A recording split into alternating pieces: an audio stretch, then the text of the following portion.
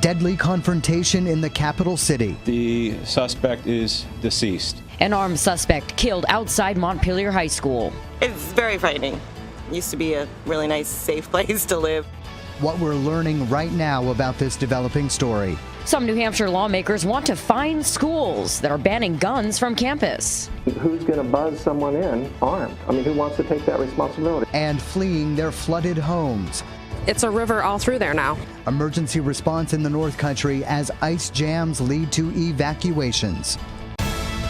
From WCAX, first in news, this is the Channel 3 News. An armed robbery suspect cornered on the football field at Montpelier High School. A warning, you are about to see the moment the suspect is taken down. Channel 3 News captured the video from far away, so the suspect falls before you hear the shots.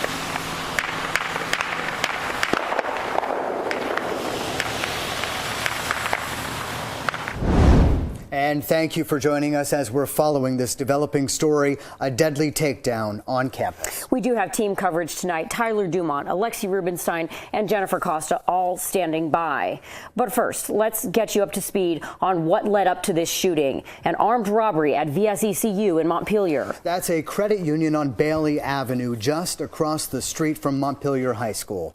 The robbery happened at around 9:30 this morning. Employees and members were in that branch, but fortunately no one was hurt. The suspect then fled on foot to the high school. A standoff started. And that's where our Tyler Dumont picks up the story. Tyler, what'd you see when you got there? Well, we watched this unfold for about a half hour from a few hundred yards away. Now, during that time, troopers had this suspect surrounded. Eventually, we saw him get closer and closer to police, who then opened fire. Tense moments during a standoff on the grounds of Montpelier High School. Our Channel 3 News cameras capturing a suspect armed with a gun in the middle of snow-covered bleachers in the football field. He eventually moves towards the middle of the field as Vermont State Police tactical teams and negotiators arrive. From a distance, it appeared the suspect, dressed in all black, was engaged in conversation. He's seen holding a handgun and at times waving it around. Eventually, the suspect walks closer to troopers armed with rifles. Then he makes a slight turn, but does not appear to aim his gun at police. And that's when he goes down. Our camera is far away, so we hear the gunshots slightly delayed.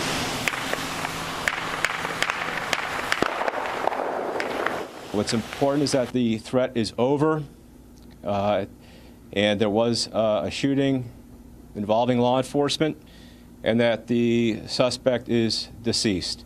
The fatal conclusion came after police were held at bay for about an hour. The suspect is seen still moving in the moments after being shot. Still with guns drawn, police cautiously approach before taking him into custody. And we are treating this as an officer-involved shooting, and we'll investigate it as such at this point. State police say no officers were hurt. The suspect was taken by ambulance from the scene as the investigation began.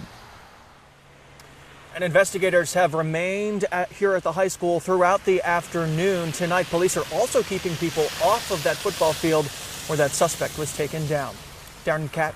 Hey, so Tyler, now what with this case? Well, from here, as you can imagine, they are now calling this an officer-involved shooting investigation. So typically what happens here, of course, first police will involve the family members of the suspect here about his death. They will also start interviews with the troopers who were involved in this deadly shooting. Channel 3's Tyler Dumont, thank you. Well, obviously a scary day for students and staff at Montpelier High School. New at 6, Alexi Rubenstein talked to people in the school community. He is live for us on campus tonight. Alexi. We're overlooking the athletic fields right now. It started off as a normal day here at Montpelier High School after a 3-day weekend, but that didn't last long. I was in one of those classrooms right there. About 9:45, school officials were notified that the suspect in the armed robbery at the credit union across the street had fled onto school grounds, standing on the bleachers of the football field. The decision was made to initiate a procedure called lockdown, lockout.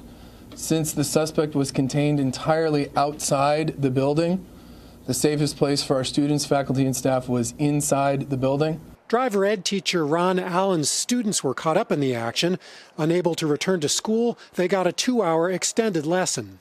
And came back, and we saw lines and lines of police cars, all blue lights as forever. School continued after the gunfire erupted with a school-wide assembly. We were going to try to have a reasonably normal remainder of the school day. But after what unfolded outside, students say it was anything but normal.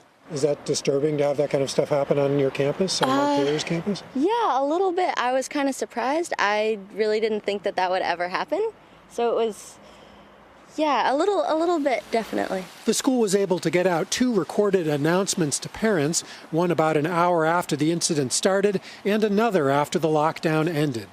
Parents we spoke to said their number one feeling was one of relief that the incident took place outside the school. It's very frightening. When I found out that my son was fine and everyone was in lockdown and it wasn't inside the building, I was much calmer, but still nervous. As you can see behind me, the lights here at the athletic field are on. That's to help investigators who are still on the scene looking at the crime scene. Parents we spoke to today said that they were confident with the actions that the school took during the crisis. They still say it's very disturbing to happen right here in the backyard of the school and basically right here in the heart of downtown Montpelier. Darren, Kat? Alexi Rubenstein live on the scene for us tonight. Thank you. The State House is also just steps from the credit union and the high school. We wanted to talk to Governor Scott about today's shooting, but he referred us to state police. And this just in, our investigative reporter Jennifer Costa has been looking into the suspect's background. Jennifer, we understand you figured out who it was. That's great, Kat. We have learned the identity of this man, but we have chosen not to broadcast it yet. That's at the request of police, since not all of the man's family has been notified of his death. What we can tell you is that he has an extensive criminal history, including both state and federal convictions.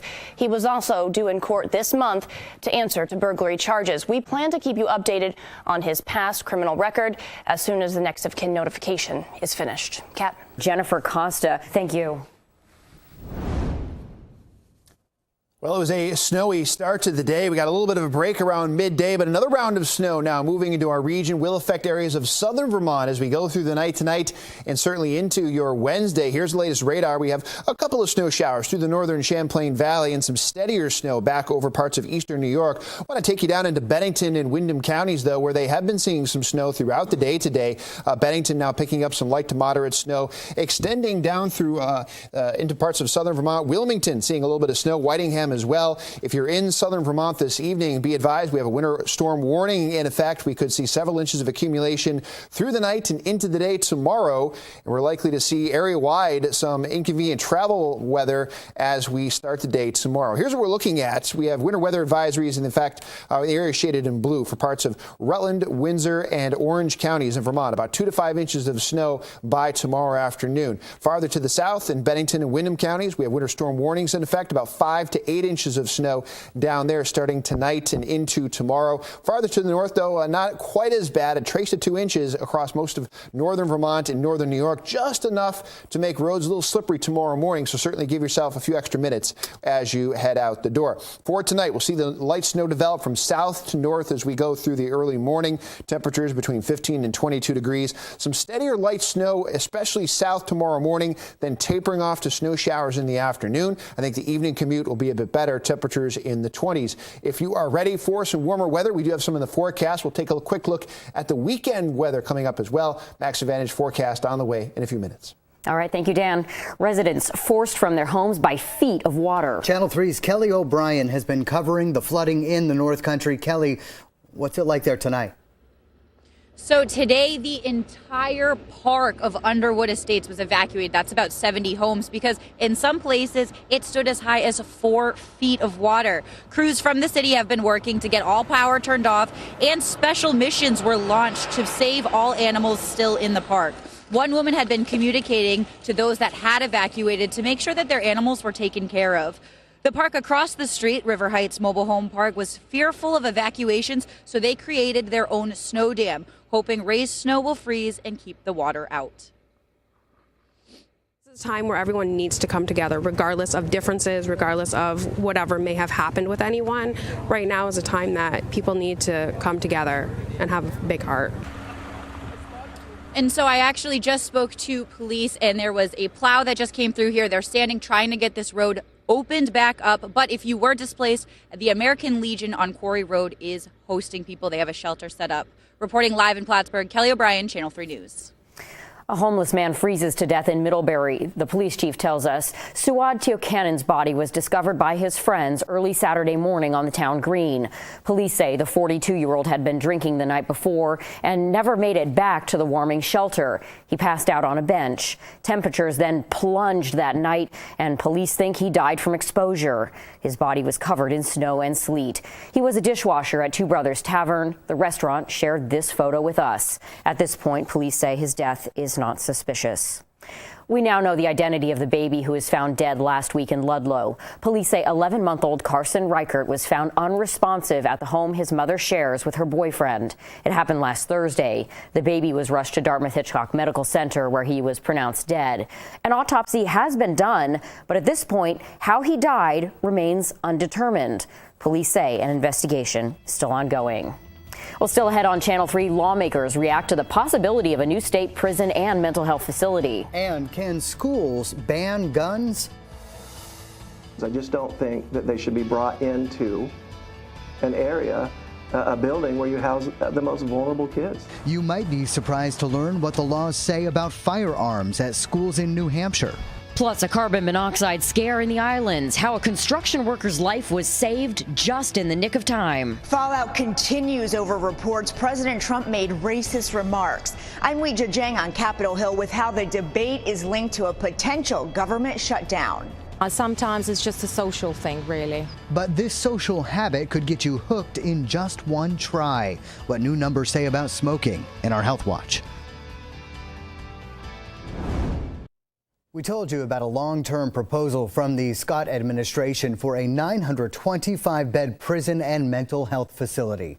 New at 6 tonight, what lawmakers have to say about it. Political reporter Neil Goswami is in our Montpelier bureau. And Neil, what do you know? Darren, lawmakers say they're planning to take a long, slow, methodical look at the proposal. Representative Emmons, you asked. House Institutions Committee Chairwoman Alice Emmons was clear with her committee today. No decisions have been made, and the state isn't moving forward with any part of the project at this point. And we haven't gone into further detail of this plan, and I hope we get there. Senate Institutions Committee Chairwoman Peg Flory says she plans to review all of the state's options as well. I think what we're looking at long term is something that meets the needs of Vermonters, both the inmates, the public, mental health patients, kids at risk, transitional housing, or adolescents in need of treatment. The plan is aimed at addressing the state's critical needs. Human Services Secretary Al Gobay says existing facilities have lots of deferred maintenance. He says the 10-year plan would address that. I think having a 10-year vision is really important in terms of planning and for folks to understand the priorities and the choices in front of them. Steve Howard is executive director of the Vermont State Employees Association. He says the union is firmly opposed to any plan that uses a private entity. That gives a private prison company a tremendous amount of leverage. Once they control the corrections system, they hold all the cards, and then they decide what corrections policy is. Flory says the state would continue to oversee operations, and union members would continue to staff the facilities. She says there is no plan to turn those duties over to a private company. I've been hearing concerns that this is going to put state employees out of jobs. It's going to be the privates in there. And no, that's not what the intent is. Meanwhile, in St. Albans, town officials are ready to hear more details. Town manager Carrie Johnson says the town will look out for its best interests, but the proposal could be a boon for the area in terms of jobs. We would try to work with any of those private or public partners to bring more jobs into the county. And lawmakers are really just at the beginning stages of reviewing the plan, and the administration will be providing more details in the coming weeks. So far, lawmakers that I've spoken to say they're willing to withhold judgment until they hear more about it. Reporting live in Montpelier, Neil Goswami, Channel 3 News. Can school districts ban guns on school grounds? It's allowed in many states already, but right now the debate is raging in New Hampshire. Adam Sullivan joins us now from our Upper Valley Bureau to explain this controversial bill. Adam. Kat, unlike Vermont, New Hampshire currently does not have a law on the books that bans guns from schools. And because of that, some districts here in the Upper Valley are taking matters into their own hands, imposing gun bans on their campuses. But a new bill aims to stop that by essentially making districts pay up. And I was frankly shocked. Rivendell Academy's Dean of Students found out his school did not have a ban on guns at a basketball game last year when a parent showed up with a loaded sidearm. The school board is now working with its lawyer to review policy. But there is no statewide law in New Hampshire that prevents a person from going to school with a gun. It makes no sense to me that we'd be, doing these active shooter drills, but at the same time allowing a complete stranger to bring a handgun into the school. Other districts like Lebanon have clarified their position that guns are not allowed at school. And that's not sitting well with a group of lawmakers in Concord. They're allowed to regulate lots of things on school property. This is one of the few areas where it actually rises up to a level that it's documented in the Bill of Rights. Representative Hole is among 10 lawmakers who have sponsored a bill that would fine districts for imposing gun bans. They say it's literally against the law for districts to do so. And the gun rights advocates also say bans are not making anyone safer. It's the person who's going to violate the law anyway and is intent on doing evil, and the particular statutes will not address that issue. There is a federal law that bans guns from school grounds, but it is not enforceable by state and local police. That enforcement is likely left up to an administrator on the other side of this box. We buzz people in now. And, who's going to buzz someone in armed? Who wants to take that responsibility? A stranger. Galley acknowledges, as it currently stands, not letting them in would likely be a violation of state law. Are they prepared to start violating the rest of the civil rights documented in the Bill of Rights? But to this educator, it's about common sense. He uses a statewide ban on tobacco as an example. So if he refused to put his cigarette away, he could be arrested. But he couldn't be arrested for having a handgun and refusing to leave? That's absurd.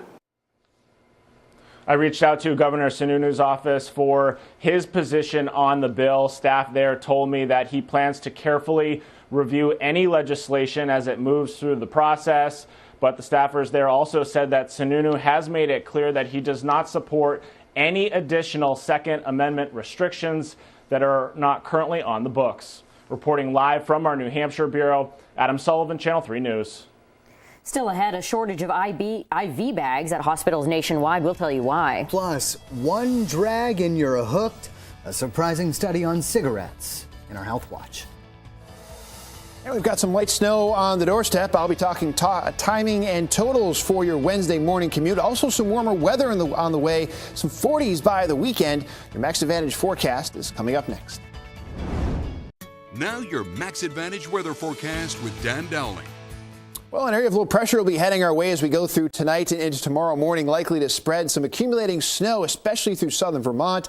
Likely to see a little bit of a messy travel tomorrow morning, and then things look to improve as we get through the rest of the week. Here's the setup. Low pressure now moving through parts of Pennsylvania and southern New York. Looks like most of it is going to stay to our south. This is the forecast model for 4 a.m. Not a big system by any means, but there will be some travel impacts, especially in southern Vermont as we go through tomorrow morning into around midday on Wednesday. Area of low pressure pushes on by, quickly clearing out as we head into Wednesday night and Thursday. Some breaks of sunshine for the end of the work week, and temperatures will be warming up as well. Looks like it's going to stay pretty quiet right on into the start of the weekend. Temperatures continue to climb as we get into Saturday and Sunday. Temperatures out there today a little warmer than they have been. Certainly a nice change, getting back up a little closer to normal. Still cool up in Plattsburgh, 16, 17 in Highgate, but now 26 in Burlington and in Middlebury. And we'll continue to see these temperatures gain about a degree or two each day as we go through the end of the week. Cloudy skies now in Burlington. No winds to speak of. South at 3, so our wind chill still at 26.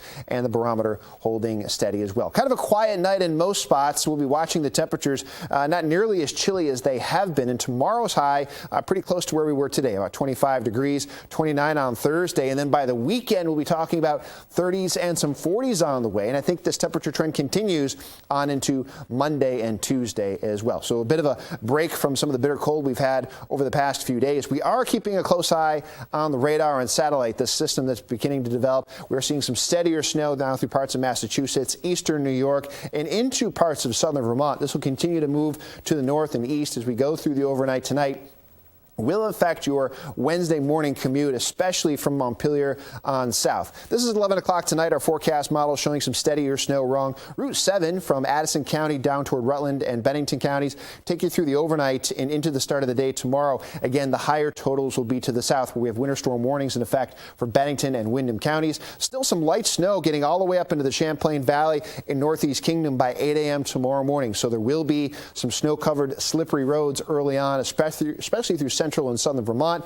Take you through the rest of the forecast by tomorrow afternoon, beginning to break up, but still some steadier snow to the east and through New Hampshire as well. After that, we clear things out a bit. A better day getting into Wednesday night and Thursday. I even think we'll see a couple of breaks of sun as we get towards the end of the week. Forecast for tonight, we'll see some periods of light snow, especially south. Looking for about a trace to 2 inches to the north of Montpelier. About 2 to 5 south. Could pick a couple of inches more in Bennington and Windham counties. Temperatures upper teens and low 20s. For tomorrow, still some light snow continuing to fall through about midday, tapering to snow showers, temperatures in the mid-20s, and then mostly cloudy skies on Wednesday night. Chilly once again, 5 to 12, and a better day on the way for Thursday. Some breaks of sunshine, 23 to 30 degrees. Friday, not bad as well. We'll see a mix of some sun and clouds, temperatures well into the 30s.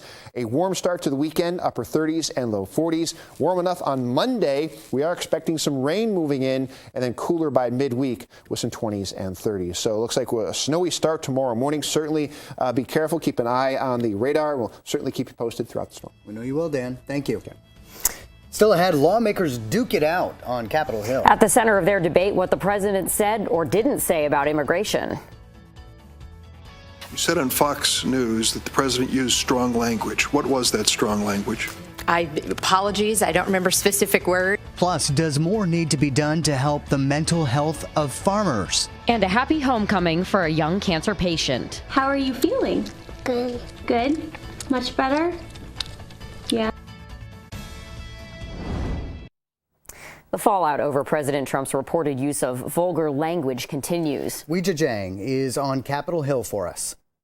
Darren and Kat, President Trump is still answering questions about what kind of language he used last week during a meeting about immigration. And that very topic took center stage here on Capitol Hill today during a fiery hearing. We've ever been in a position. President Trump says he doesn't care where immigrants to the U.S. come from. I want them to come in from everywhere, everywhere. But last week during a meeting to negotiate an immigration deal, the president reportedly said he prefers people from Norway than expletive holes like Haiti, El Salvador, and some African countries. I did not hear that word used. Homeland Security Secretary Kirstjen Nielsen attended the meeting. On Tuesday, Democrats on the Senate Judiciary Committee grilled her about the president's language, which she described as tough. You said on Fox News that the president used strong language. What was that strong language? Apologies, I don't remember specific word. That explanation set off Senator Cory Booker. When ignorance and bigotry is allied with power, it is a dangerous force in our country. Your silence and your amnesia is complicity. The controversy has halted progress on immigration legislation that focused on border security and DACA, the program that prevents young undocumented immigrants from being deported. Now, Democrats are trying to add DACA protections to a budget deal, which Congress must pass by Friday to avoid a government shutdown. I urge the president to lead us to that bipartisan solution. Mr. President, close the deal. The president blames Democrats for the holdup, tweeting they want to shut down the government over amnesty for all. If Congress does not reach a budget deal by Friday, the government will shut down for the first time since 2013. On Capitol Hill, Weijia Jiang, Channel 3 News. Back here at home, freezing temps causing difficulties for firefighters in Champlain early this morning. Crews from New York, Vermont, and Canada battled the flames at this two-story house. Firefighters tell us the home was under renovation and was unoccupied. They're now trying to figure out what sparked that fire. A worker rescued in the nick of time at a camp for kids with cancer. A construction worker on a crew at Camp Tecumseh in South Hero was overcome by carbon monoxide. The fire chief says a worker went into the garage-style building that is under construction there and found a colleague unconscious. The worker dragged the sick person out of the building. Both were taken to the hospital to be checked out. Fire officials say they found high levels of carbon monoxide in that building and aired it out, but it's still not clear yet where the deadly gas actually came from. Helping Vermont farmers struggling with their mental health. A program called Farm First is run by the Agriculture Agency. It began during the 2009 milk price crash, but the Ag Agency says not many farmers are taking advantage of it. Farm First aims to help farmers who are under an increasingly amount of pressure. Myra Handy joined us earlier tonight to talk about why a focus on mental health is so critical.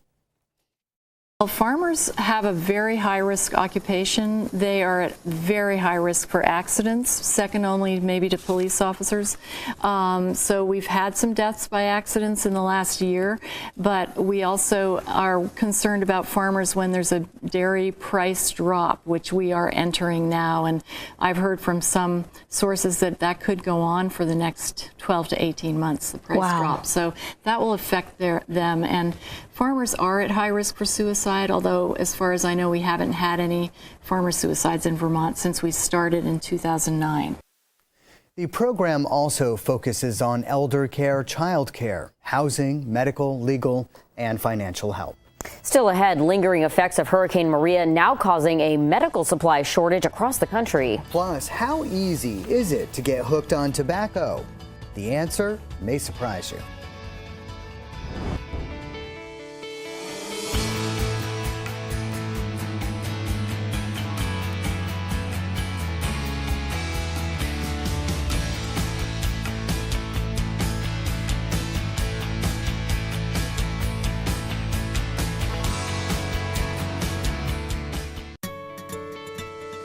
The United States is dealing with an IV bag shortage, and federal officials say it got worse during Hurricane Maria last fall. IV bags are used to administer and dilute medications for patients. Puerto Rico is a key supplier of IV saline bags, but Maria devastated the island last September, causing that shortage that we just told you about.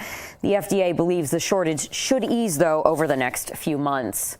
And we all know smoking is highly addicting. Yeah, and now a new study shows that just one try is all it takes for some people to become everyday smokers. Terry Okita reports.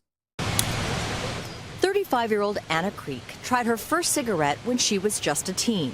She now smokes regularly. It's just a break to gather my thoughts, check my phone.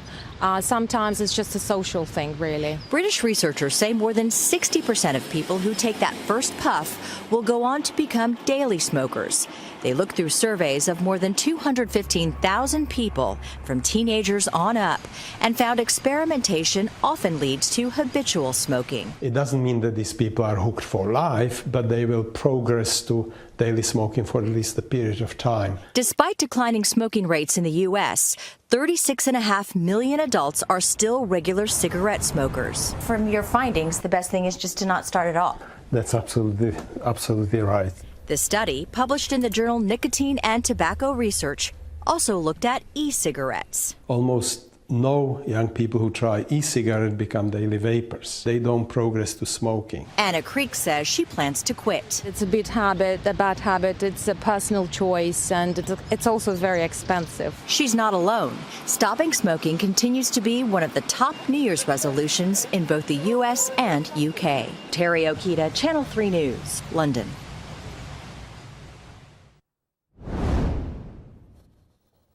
Well, looks like our snowiest part of the week will be tomorrow into around midday tomorrow as this area of low pressure slides to our south. After that, we've got some nicer weather to talk about as we head towards the end of the week on into the upcoming weekend. Show you the latest forecast model for Wednesday morning. Looks like the storm arrives a little later tonight and sticks around a little bit longer tomorrow, and that'll keep some snow in our forecast through the St. Lawrence Valley, through the Northeast Kingdom, down through the Upper Valley, into parts of southern Vermont as we go through tomorrow morning and into the afternoon. I think by the end of the day, a lot of this kicks out up into Maine, and we're looking at a few flurries, but generally some light accumulation through most of our region, some higher amounts down in Bennington and Windham counties where they have winter storm warnings in effect. Then we can look forward to some nicer weather starting on Thursday and continuing into the weekend. I think we'll see at least a few breaks of sunshine by Friday and Saturday. What will be noticeable will be the warmer temperature. We've kind of been stuck in the cold stuff the past couple of days now. Looking forward to some upper 30s and some low 40s by the start of the weekend on Saturday. Forecast high